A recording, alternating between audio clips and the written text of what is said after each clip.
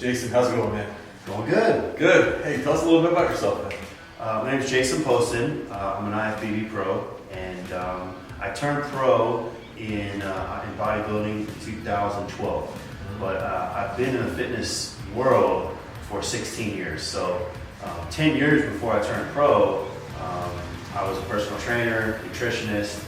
I worked in a few gyms, a few corporate gyms, and then about 4 years into my career, I decided to go into business on my own. So I started my entrepreneur career, and it's expanded even more than I ever thought in the fitness space. Cool. Yeah, but going back even before that, you were in football. I mean, you were an athlete, right? Oh yeah, This yeah. has just been a lifelong, session of yours.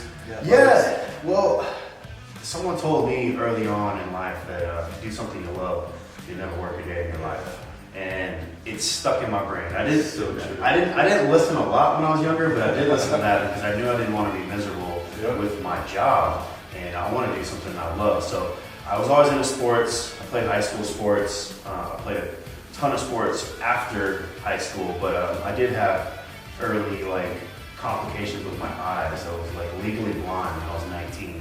It was crazy. So there's no way I was catching a football anymore. Yeah. But I did have an exploratory surgery that repaired my right eye so I could see and get my depth perception back. But by the time it was fixed, it was too late to play college sports. And so my passion was in lifting weights. Yeah. I didn't have to see really good to lift weights and to work out. And that was my way of keeping up with all my old high school buddies. Yeah. And then what's funny, so what turned in a way of just being competitive, that turned into my career. Yeah. And it's been a good career. So I started personal training when I was 21. Still playing tons of sports and just doing all sorts of activities to kind of drive that competitive itch in me.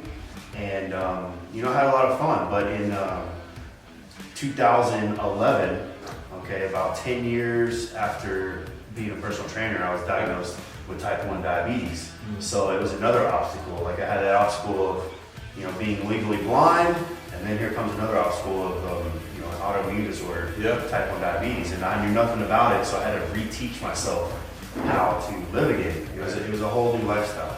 Yeah. Man, well, at least you're able to do something you love, right? Keep that passion through it. Yeah. Yeah, I kind of had an advantage already. So when you're hit with a tragedy in life, you have two options. You can take the high road or the low road, right?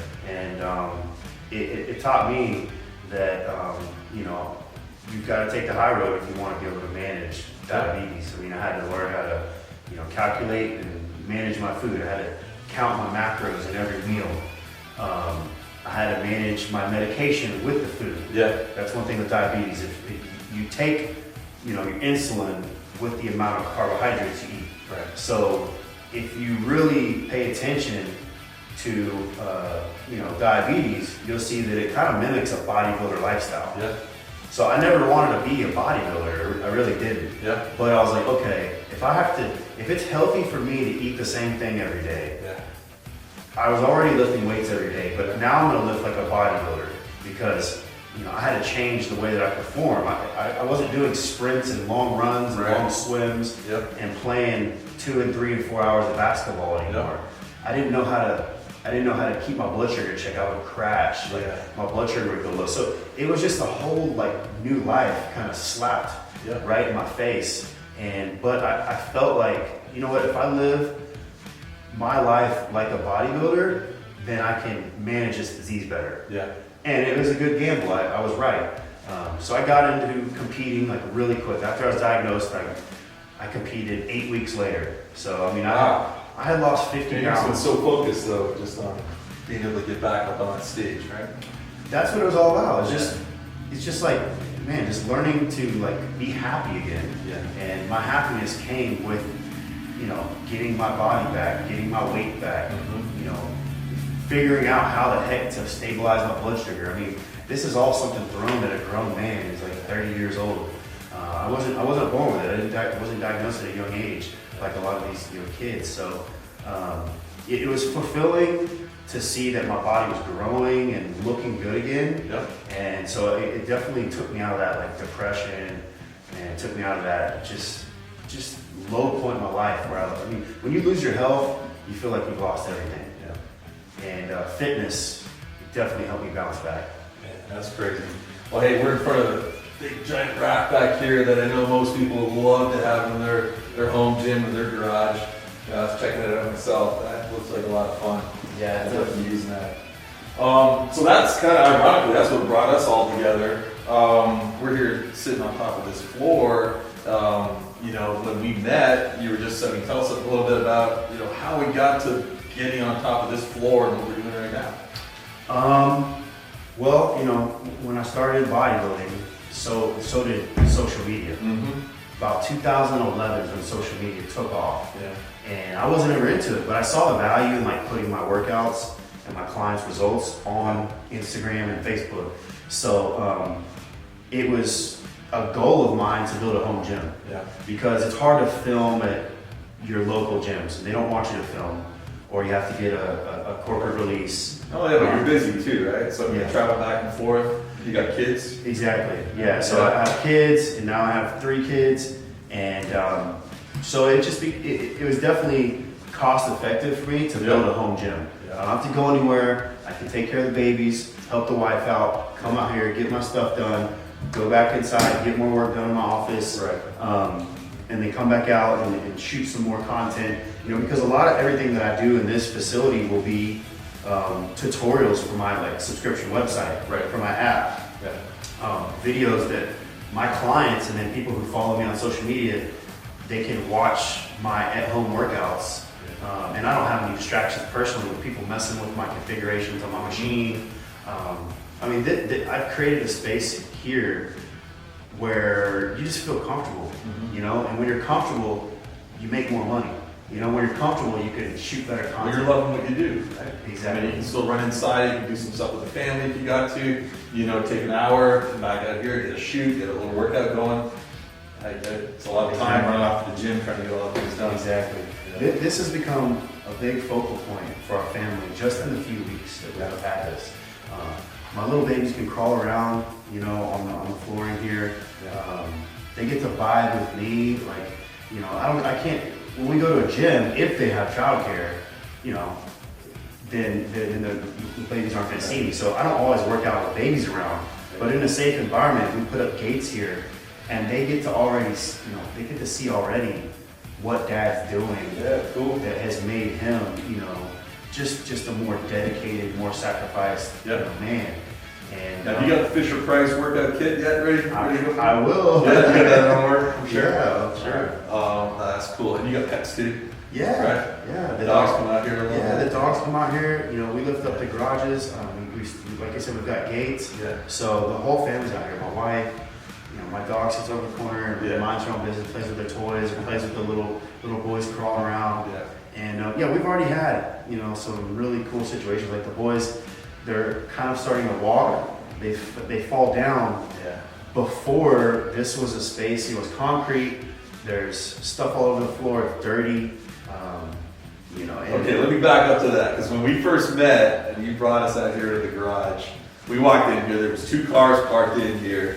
Yeah, the floor's kind of like, I mean, it was newish concrete, but still you had that kind of scaling stuff going on. You get that powder residue that gets on your feet, right? So nobody want to walk around here with their socks on.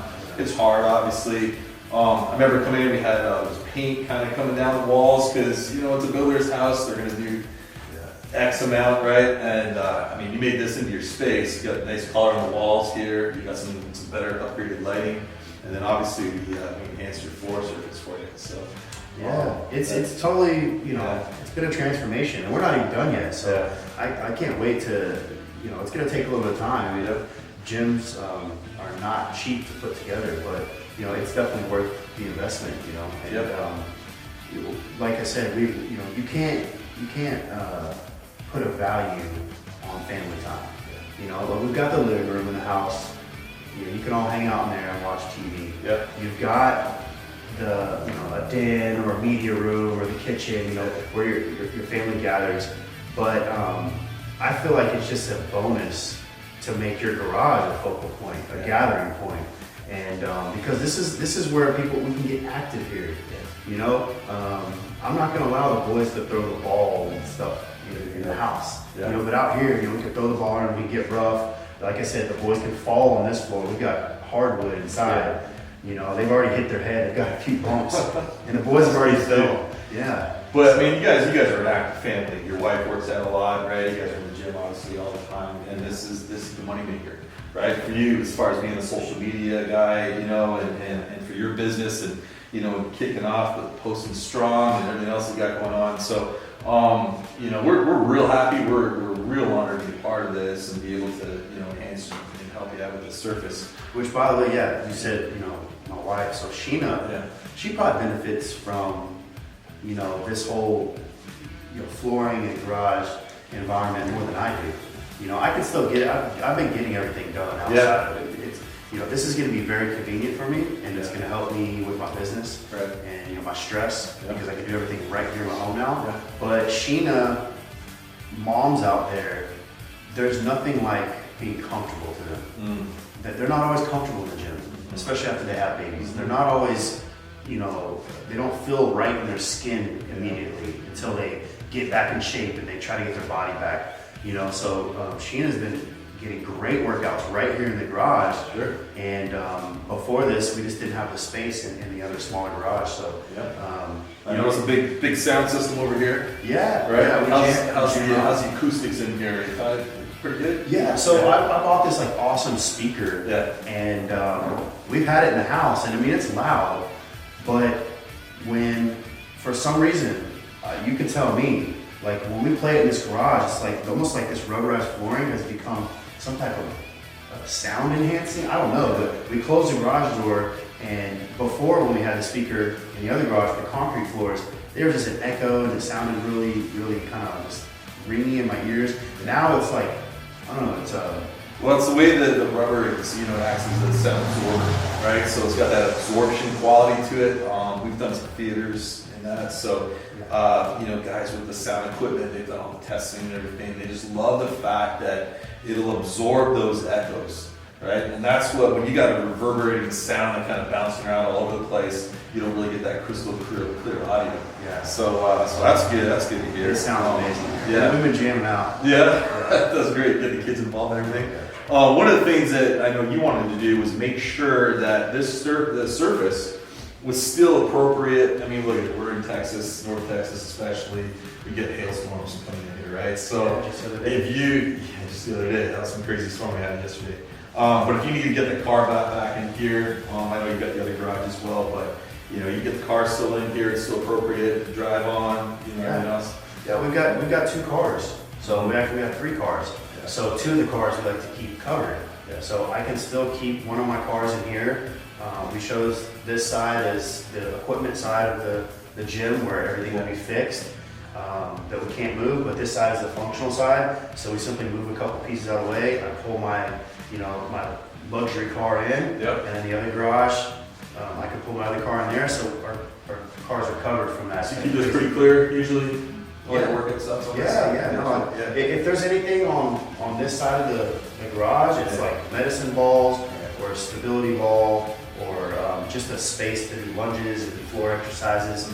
But I'm not going to have a lot of like machine equipment to take up space. I wanted my garage to have a couple big pieces of equipment, but everything in here is functional, so it moves around so that you can pull cars in and out. And we've already done that. The car still fits great, and it also feels better. Like when you pull in with your car, you can tell your car it's not slipping and sliding. When you pull in on the concrete in your car, you can hear the rubber, like, you know, especially when it's wet. Right. When you pull in here, it's like you're pulling in on like some luxury car floor. Like I've heard that before. It's hard to explain, but it's just like you're pulling on soft. You're it's like carpeting. Right. You're pulling in on some like that's great. luxury flooring. And it's real quiet too. You pull in and it's like super quiet.